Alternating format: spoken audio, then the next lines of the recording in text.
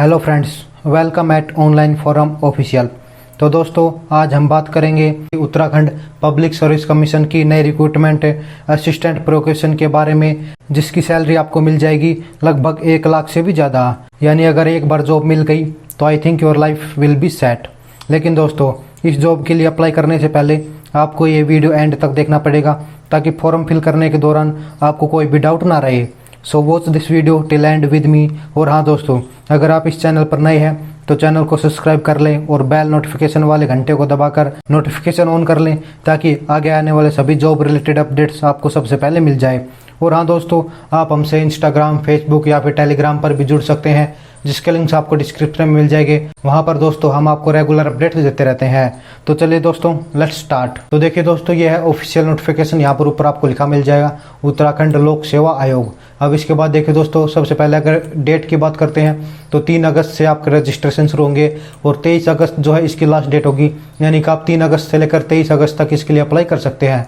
यहाँ पर कुछ पॉइंट्स दिए गए, जैसे सिंपली यहाँ पर आपको बताया गया है कि ये जो भर्ती है ये ऑनलाइन मोड से होगी। ऑनलाइन जो है आपके जो पत्र हैं वो सारे ऑनलाइन जमा होंगे। साथ ही दोस्तों, आप इसके लिए जो फीस होगी वो भी ऑनलाइन ही पे कर सकते हैं। जब इसके बाद देखिए दोस्तों, आपको वैकेंसीज के बारे में बताया गया। तो यहाँ पर जो डिपार्टमेंट का नाम है उसका नाम है अभियोजन विभाग, यानी प्रोसिक्यूशन डिपार्टमेंट। जो पद नाम है यानी भर्ती का नाम है वो है सहायक अभियोजन अधिकारी, यानी कि असिस्टेंट प्रोक्यूशन ऑफिसर। टोटल 63 यहाँ पर वैकेंसी निकली है। जनरल की 31 और इसके बाद उत्तराखंड SC की 13 और ST की 1 और EWS की यहाँ पर 12 और साथ में EWS की OBC की यहाँ पर 12 और EWS की यहाँ पर टोटल 6 वैकेंसी निकली है। इसी तरह से आप आगे चलकर सारी वैकेंसी का डिस्ट्रीब्यूशन देख सकते हैं। यहाँ पर देखिए दोस्तों, आपकी सैलरी दी गई है। आपकी जो सैलरी होगी वो शुरुआती तौर पर हालांकि दोस्तों लगभग 45,000 होगी, लेकिन अब इसके बाद आगे चलकर देखिए दोस्तों, आपकी जो सैलरी होगी वो 1,42,000 तक पहुंच जाएगी। यानी कि लेवल 7 का जो है आपको पे स्केल दिया जाएगा। एजुकेशन की बात करते हैं तो आपके पास लॉ की डिग्री होनी चाहिए किसी भी रिकॉग्नाइज्ड यूनिवर्सिटी से। साथ ही दोस्तों, यहाँ पर आपको कुछ छूट भी दी गई है। अगर आपके पास राष्ट्रीय कैडेट कोर का B का सर्टिफिकेट है, यानी कि NCC B का सर्टिफिकेट है, तो आपको कुछ छूट भी मिल जाएगी। अगर उम्र की बात करते हैं तो आपकी उम्र 21 से लेकर 42 के बीच में होनी चाहिए। उम्र का कैलकुलेशन होगा 1 जुलाई 2021 को, और इसी दिन आपकी उम्र होनी चाहिए 21 से लेकर 42 के बीच में। अब इसके बाद देखिए दोस्तों, अगर आप रिजर्व कैटेगरी से बिलोंग करते हैं तो आपको उम्र में छूट भी मिल जाएगी। नेशनलिटी की बात करते हैं तो दोस्तों, आपके पास भारत की नागरिकता होनी चाहिए। और साथ ही दोस्तों, आपका चरित्र सही होना चाहिए। आपकी वैवाहिक स्थिति जो है वो बिल्कुल सही होनी चाहिए। आपको फिजिकली और मेंटली फिट होना चाहिए। अब इसके बाद देखिए दोस्तों, अगर सिंपली हम बात करते हैं हाउ टू अप्लाई, यानी कि अप्लाई कैसे करना है, तो आप ऑफिशियल वेबसाइट पर जाकर अप्लाई कर सकते हैं, या फिर दोस्तों आप हमारी ऑफिशियल वेबसाइट ऑनलाइन फॉर्म्स पर विजिट कर सकते हैं और वहां से भी इस भर्ती के लिए आवेदन कर सकते हैं। यहाँ पर दोस्तों आपको पूरा परफॉर्मा दिया हुआ है, कैसे कैसे क्लिक करना है, तो आप इसे पढ़ सकते हैं अगर आप खुद अप्लाई करते हैं तो। अदरवाइज आप किसी CSC सेंटर पर जाकर भी अप्लाई कर सकते हैं। इसके बाद देखिए दोस्तों, आपके परीक्षा शुल्क के बारे में बताया गया। तो आपकी जो परीक्षा शुल्क होगी वो आपको नेट बैंकिंग, डेबिट कार्ड या क्रेडिट कार्ड से पे करनी होगी। साथ ही दोस्तों, यहाँ पर आपसे टैक्स और लिया जाएगा जो कि 26.55 रुपये होगा, यानी कि ये तो आपको देने ही होंगे। अब इसके बाद अगर फीस की बात करते हैं तो अगर आप जर्नल से या फिर EWS या फिर OBC कैंडिडेट हैं तो आपको मात्र 176.55 रुपये देने होंगे। लेकिन अगर आप SC या फिर ST कैंडिडेट हैं तो आपकी फीस 86.55 रुपये रहेगी।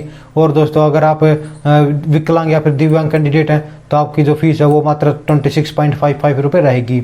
अब इसके बाद आगे चलकर देखिए दोस्तों, यहाँ पर कुछ पॉइंट्स दिए गए।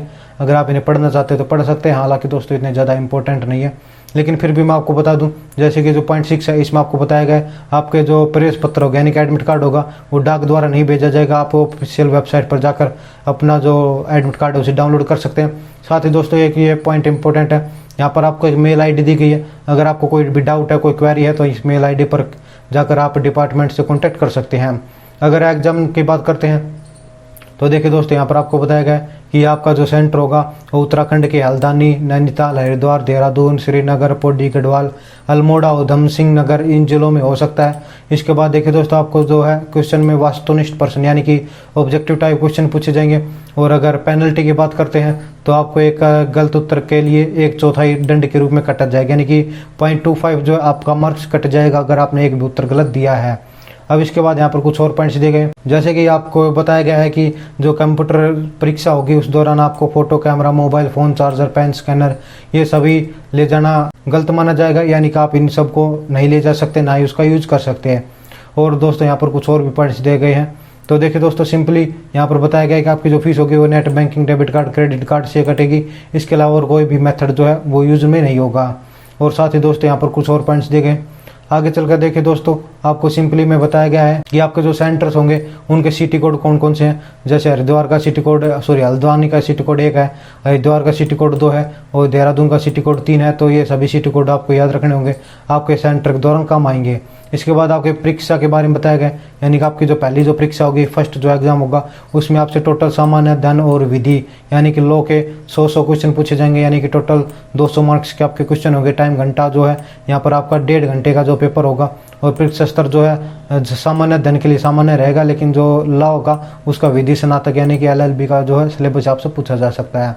दूसरी जो मुख्य परीक्षा होगी यानी कि जो मेन एग्जाम होगा, इसमें आपसे टोटल 4 पार्ट पूछे जाएंगे, सामान्य अध्ययन, सामान्य Hindi, law, criminal law and procedure with police act, और जो दूसरा है लास्ट है वो है एविडेंस एक्ट।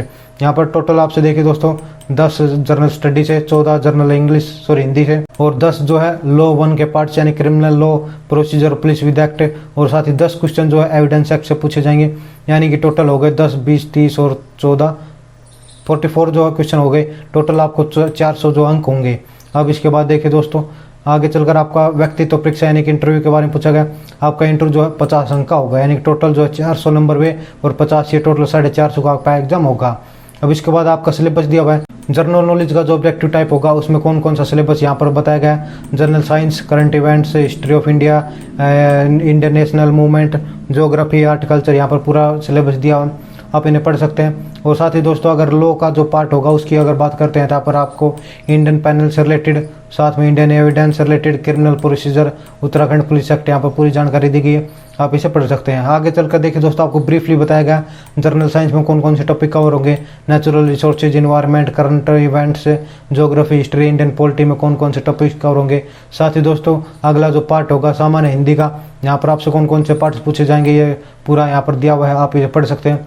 इसके बाद जो क्रिमिनल लॉ और प्रोसीजर विद पुलिस एक्ट का जो आपका पार्ट आएगा, इसमें भी यहाँ पर आपको पूरा सिलेबस दिया हुआ है, आप देख सकते हैं, इसे पढ़ सकते हैं। और दोस्तों, जो चौथा पार्ट होगा यानी कि एविडेंस एक्ट का भी यहाँ पर सिलेबस दिया हुआ है, आप इसे पढ़ सकते हैं।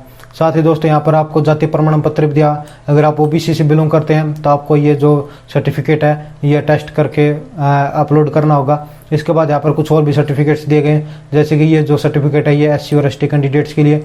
अगर आप SC ST कैंडिडेट हैं तो आपको ये फिल करके अपलोड करना होगा।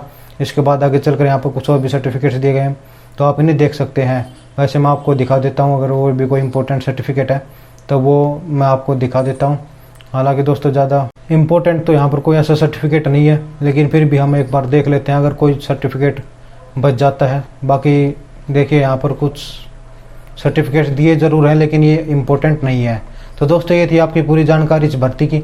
अगर आप एप्लीकेबल हैं, एलिजिबल हैं तो आवेदन कर सकते हैं। और दोस्तों, अधिक जानकारी के लिए आप हमारी ऑफिशियल वेबसाइट ऑनलाइन फॉर्म्स पर विजिट कर सकते हैं। वहाँ से दोस्तों आप इस भर्ती का फॉर्म भी फिल कर सकते हैं। अगर दोस्तों वीडियो पसंद आया है तो लाइक करें, कमेंट करें, शेयर करें और चैनल को सब्सक्राइब करके बेल नोटिफिकेशन ऑन कर लें, ताकि आगे आने वाली सभी अपडेट्स आपको टाइम टू टाइम मिलते रहें। जय हिंद, जय भारत।